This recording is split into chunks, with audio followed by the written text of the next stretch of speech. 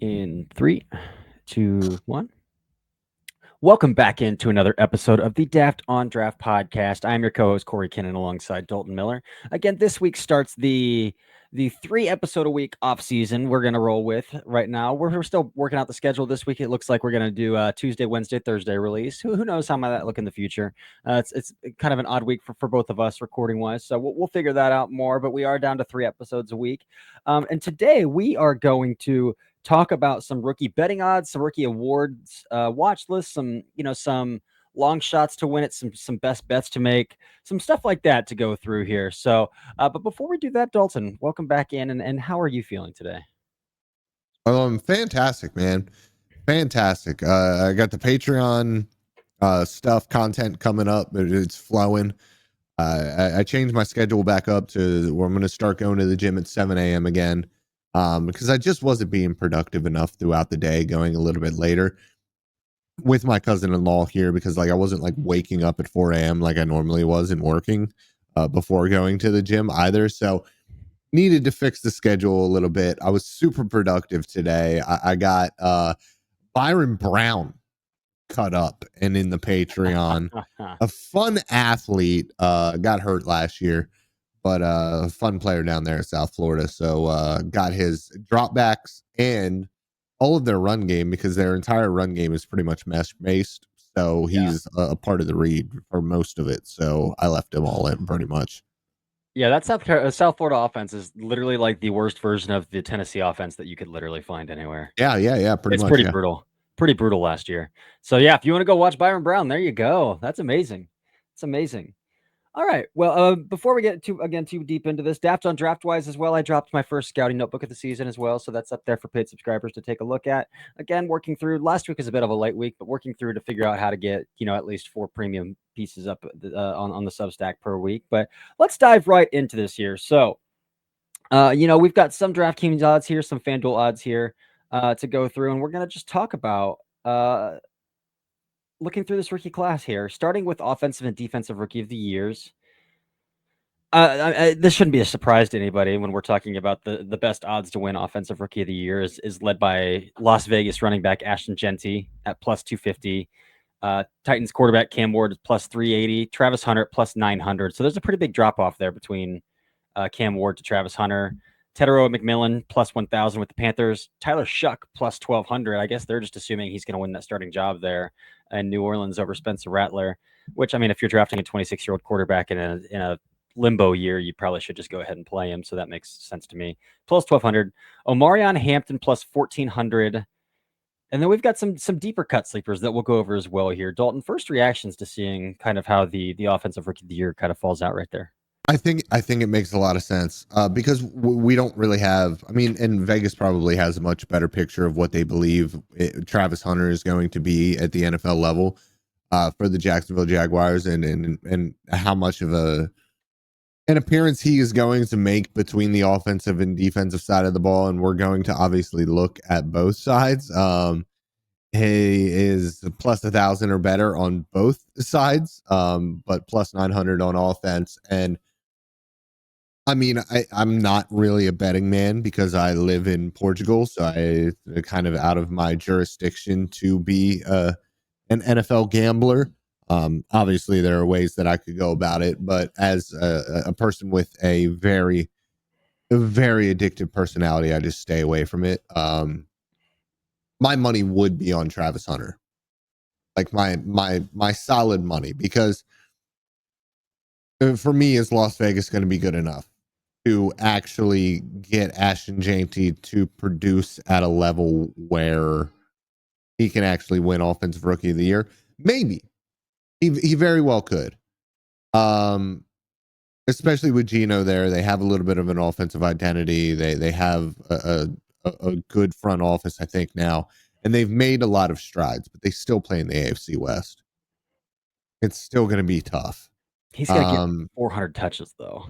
That is where the saving grace is going to have to be, because he's just going to have to accumulate touches. My issue is, I think it's between him and Hunter, because I just don't think Cam Ward will be good enough as a rookie. Just flat out. Mm-hmm. And so for me, because of the plus 900 odds, I would put my money on Travis Hunter because it wouldn't shock me at all if he came in and had 1,000 yards and 10 touchdowns. It wouldn't shock me either. I think I would still, even though the odds aren't great, like it's still plus odds to bet, even if it's just plus 250 on Genty there. I'd probably still take that. But there, I wasn't a huge, like neither of us were huge. Like Ted McMillan is a for sure top 10 player in this class, the way that some others were. In this class, yes, but not like overall grade wise. But when you look at that wide receiver room, man, he might get 70% of the targets in that wide receiver room. He might get a healthy dose of share of targets there. And so that's tempting there at plus 1,000 as well with Ted McMillan there. But ultimately, I still struggle to see how he'll get consistently open at the NFL level to put money on that. And again, I'm not a huge gambler either. And that's just like one personally, and two, my wife and I just have that rule. Like even during the draft, I knew for sure that the Browns were trading the pick and they were drafting Mason Graham 5th overall. And it's like, Hannah, I know for sure this is happening. And she's like, that's still a slope. And I was like, I get it. But so this is just a fun conversation to go over as well. I'm gonna go. I think I'd still take the 250 on Janty, the plus 250 on Janty there. Let's talk some deeper cuts though. Some deeper cuts here. Caleb Johnson plus 3,000 is interesting to me. Because I think Jalen Warren is still the relief pitcher, the closer in that running back room. Aaron Rodgers is tentatively playing quarterback for them. But like it's 40-year-old Rodgers. And yeah, they have DK Metcalf, but like that's one wide receiver in that room, unless you really have an appreciation for Roman Wilson or Calvin Austin that I don't have. I think the opportunity is going to be there for Caleb Johnson in with Arthur Smith there to run for like 1,200 yards as a rookie. I really think that opportunity is going to be there for Caleb Johnson at plus 3,000. So Caleb Johnson plus 3,000 is really interesting to me. That is a pretty deep cut. Mine's Tyler Warren. He went exactly where we wanted him to go in the draft, exactly where he needed to go in the draft. And we have seen Shane Steichen be able to kind of cultivate an offense around a pretty athletic tight end. And I like Dallas Goedert quite a bit, but Tyler Warren is a whole different beast.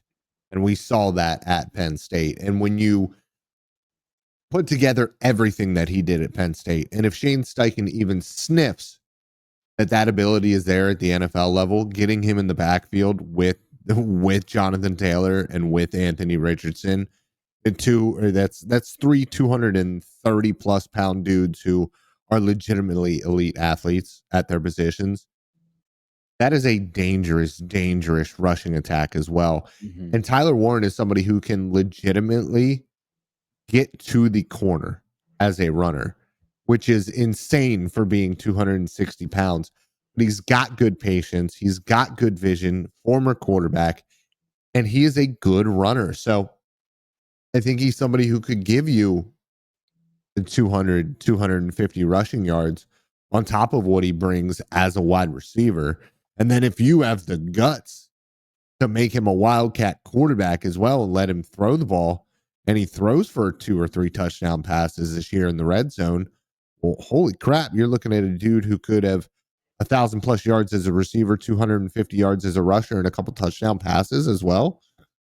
Maybe it could happen.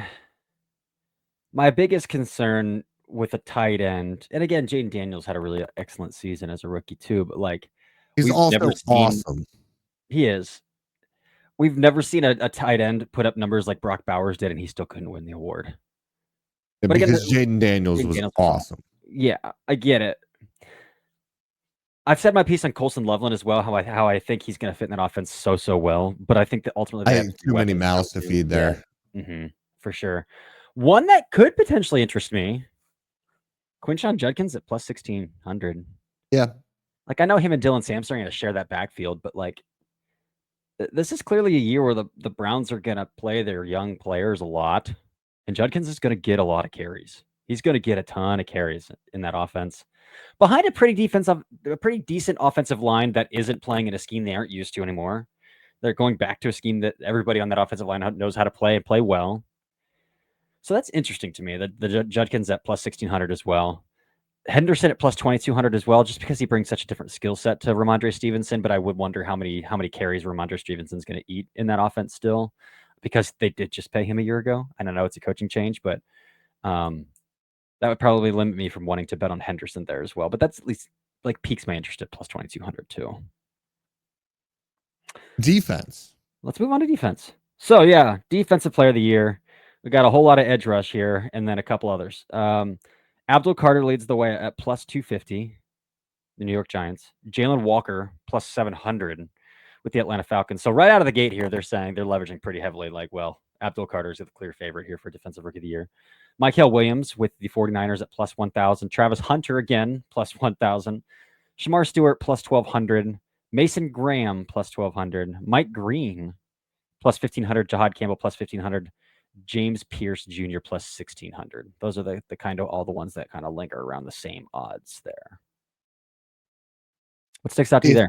If you could tell me that Travis Hunter was going to play full-time defense, that would be my bet. I just think he plays more offense than he does defense, and that takes him out of the running for me. I think so too. I wouldn't bet on Travis Hunter defensive rookie of the year for sure. No, for me, this is a pretty easy Abdul Carter pick. Mm-hmm. For sure. Again, because like I question the upside, the pass rush upside that both Walker and Williams have, and even Stewart to an extent. But Stewart could go and be the guy day one if this Trey Henderson thing keeps going the way it's trending. Like that could be Stewart's defensive line for him to set up for him to be the most productive player in the defensive line, which is crazy to say about a guy who had 4 career sacks in college. But we've always agreed the skill set's there, the baseline is there. So at 1,200 for Stewart, 1,200 for Mason Graham. It's hard to. I think Graham would be my bet there over Stewart for sure. Interesting. Okay, I would say it would be tough when you share a line with Myles Garrett, Mike Hall Jr.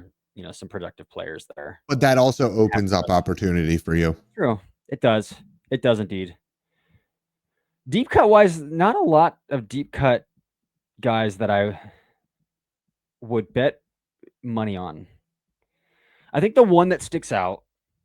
One. I was going to say 2 as well.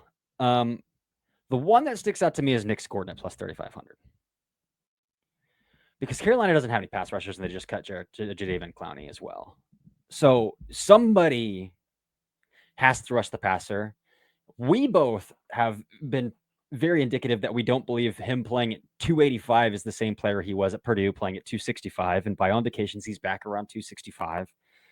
So if we believe that that's the player that Nick Scordon is, that Carolina drafted 51st overall, was sitting here with plus 3,500 odds, like that might be one I would, if I were a betting man, I would throw a couple dollars on. I don't think that's a bad decision because the odds are so deep there.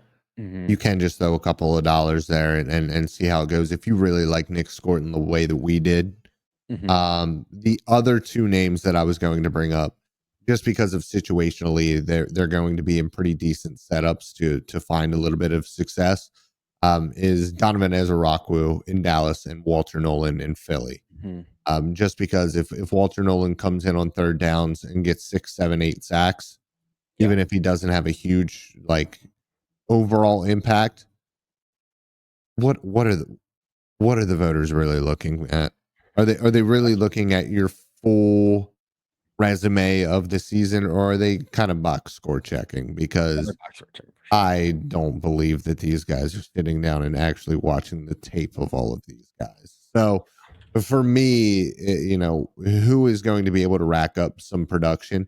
And Ezra-Okwu on the opposite side of Micah Parsons and Osa Odigizua, who is a pretty good pass rusher on the interior as well, I think could be somebody who, with his pass rush repertoire, could be a little bit dangerous. And then Walter Nolan, just as an athlete on 3rd downs in that defense with all of those names there, could have a lot of very, very advantageous situations for success.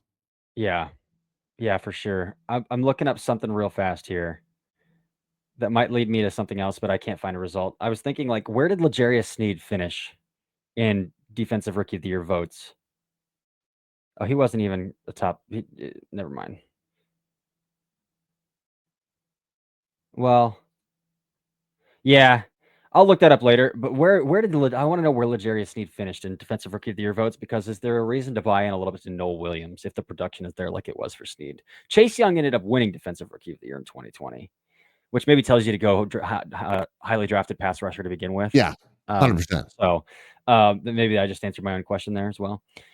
If Derek Harmon was drafted to be the heir apparent to Cam Hayward, which he was, but if he was drafted to be the heir apparent to Cam Hayward in a year where Cam Hayward was no longer playing, like if Cam Hayward had just retired and then he was playing, I might buy in a little bit Derek Harmon at plus 4,000 as well. But with Cam Hayward still there, yeah, I'm not gonna do that yet. So the Abdul Carter bet there is definitely the safe bet to make. Definitely a safe bet to make there with a couple other deep cuts there. So FanDuel actually has an entire section just titled Travis Hunter regular season specials. Let's cut into some of those here a little bit because they're pretty fun, and some of them don't have like terrible odds. Don't have terrible odds. So the first one is just a receiving prop, but Travis Hunter to record plus 1,000 receiving yards on the season. That seems. If you're telling me he's playing full time receiver, I might take that bet. If you tell me, if you tell me he's playing 70% receiver, I'd take that bet. I think just because he's already wide receiver 2 to Brian Thomas. Liam Cohen's going to throw the football out. Like Baker Mayfield threw for 5,000 yards last year. So, like, Yeah, they're going to throw the ball a ton. I think Baker Mayfield dropped back 40 plus times in almost every single game last year. So, they're going to throw the ball a ton. I think I'd probably take that. All right, next one. Travis Hunter to record 75 plus regular season receptions and 2 plus regular season interceptions plus 250. Would you take that? no, and I wouldn't. It would be because of the 75 receptions, not because of the 2 regulars. I think if he plays like any version of defense over like 25% of the snaps, I think he's getting 2 interceptions. I think he's too good of a ball hawk not to get his hands on the football that much. Oh yeah. Even if he's just playing nickel dime packages, he's still on obvious passing situations. He's coming down with at least 2. Yeah. The next one for me, I'm out on, which is Travis Hunter to score 10 plus touchdowns at plus 700. I wouldn't take that. What I would take is him scoring 5 regular season touchdowns on offense and 1 on defense at 1,200. That I would take. Ooh, yeah. That's a fun one for me. That is a fun one. Yeah. Whew. Yeah, that'll do. That's a doozy. I would take that one too. And I went back to the last one, the 75 receiving yards, just to go back to Tampa Bay's offense last year. And not a single receiver on Tampa Bay had 75 catches, let alone 2. Yeah. Which Brian Thomas Jr. he's got to share a field with. And Chris Godwin obviously was hurt, and he had 50 through 7 games. So he would have hit that number. But that's a tough one to make. But yeah, 5 offensive touchdowns and 1 defensive touchdown plus 1,200. Those are pretty decent odds too. Like that feels a little bit like free money alert. You also have the Travis Hunter to win either offensive or defensive rookie of the year, which is plus 450. And I think that that's a pretty good bet overall to win one of the two. Because especially with like Abdul Carter has the shoulder, has the foot. Like if you have any questions about his injury history, you're looking at the guy who is 3rd in defensive prop betting right now, and you're looking at a guy who we both believe at number 2 in Jalen Walker, who is a project. So I would take that bet right there. I think I'd be open to it as well. I want to go back up to one at the top as well that I think is really interesting because it would indicate Travis Hunter taking the league by storm week 1, and I'm all here for it. And I honestly think it's not too far fetched. Plus 1,600, Travis Hunter to score 1 touchdown and 1 interception in his season debut. Like that's a pick 6 or a touchdown and interception, playing both ways. That is true. plus 1600. That's a fun one to even think about though, because like And how what cool if they go out there and they play him 150 snaps in week 1? And I just don't say think F it. that's gonna happen. But like even just playing him in obvious passing But what situations if is they still do? 40 defensive snaps. But I what mean, that would if be they nuts. do? That would be nuts. Be like, That would be let's see crazy. how long your body holds up, young man. Yeah. But I low key can think that would be an interesting one that I would think about potentially. It's super long odds, so you throw Yeah. $5 at it. Yeah. Yeah. All right. I think that's enough Travis Hunter. Yeah, Travis Hunter for talk. sure, for sure. Unless you want to talk about the plus 8,000 Travis Hunter to win offensive and defensive rookie of the Yeah, no. player of the year. All right. So just to close out this episode, then we didn't want to leave out the big boys. Obviously, you can have as dominant of a rookie season as you want as an offensive lineman, Joe Alt, for example, and you're not going to even be considered for the award. So we got to talk about trench players a little bit, and we talked about some defensive tackles a little bit. But what we're going to close out the episode with here is just creating our own award for prediction for who we think is going to be the most impactful offensive trench player and the most impactful defensive trench player. I'll let you start here on this one with offensive trench player here. Yeah, so you got to kind of look at who is going to get an opportunity here, and at tackle, Will Campbell for sure going to get an opportunity.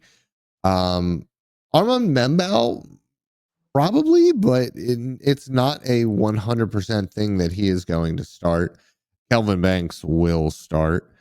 Membao is interesting too because they just drafted Ola Fashanu, and how can he be more impactful than the guy who's gonna play left tackle that is also young? So it's like, how do you weigh that out?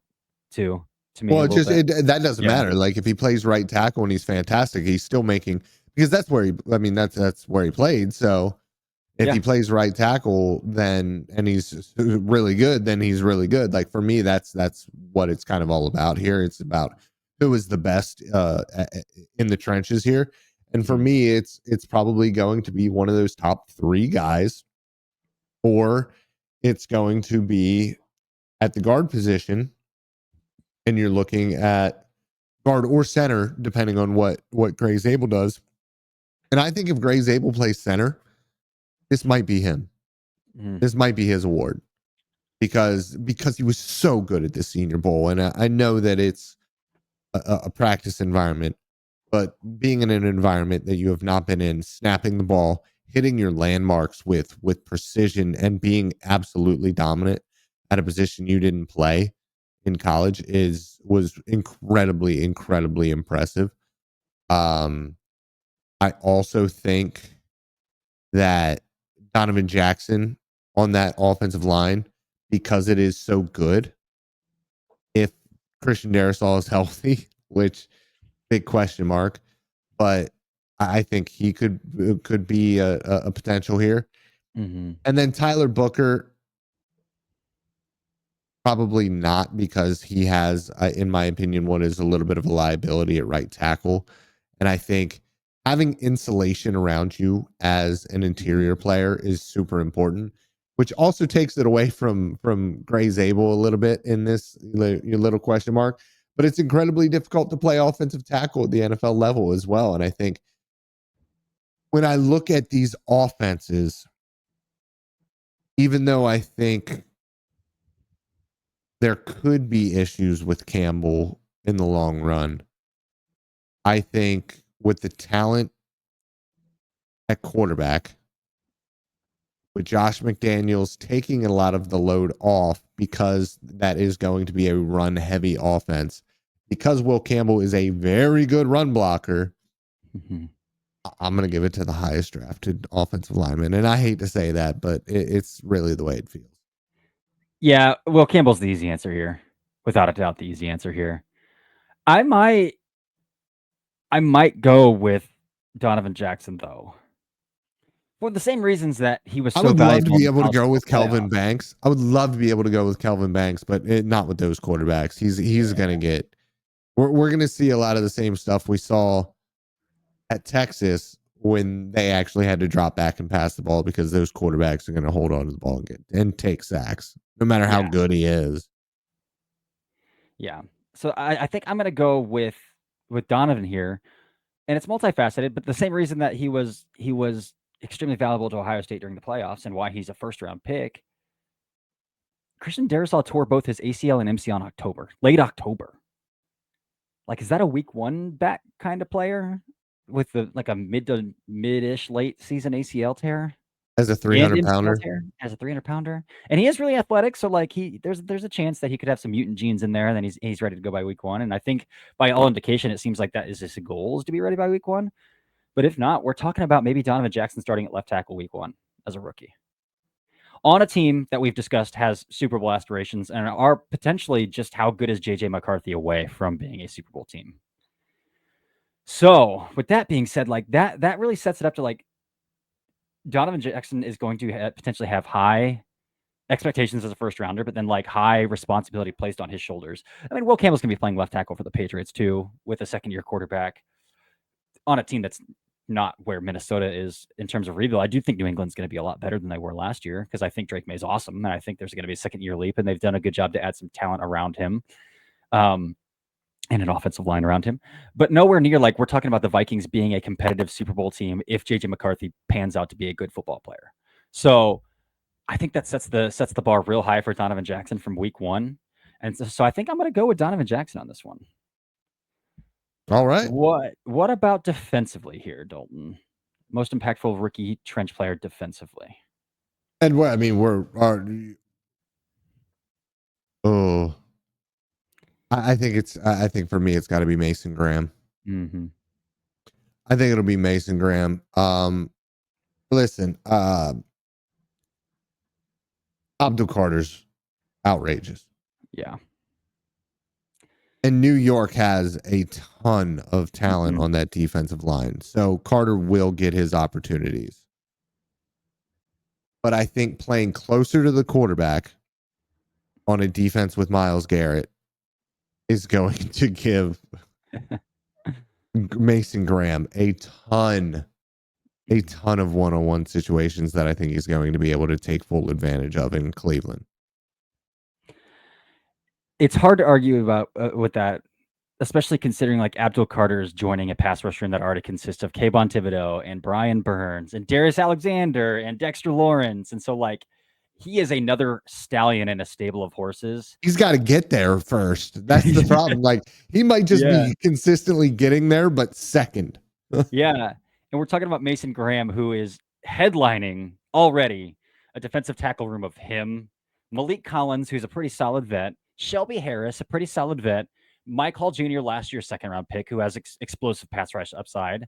So, like, but like we're talking about the 5th overall pick with another guy with a young guy who's explosive, and then 2 vets. So, like, the opportunity for Mason Graham to be the best defensive tackle, the second best defensive lineman in that room from day 1 is there.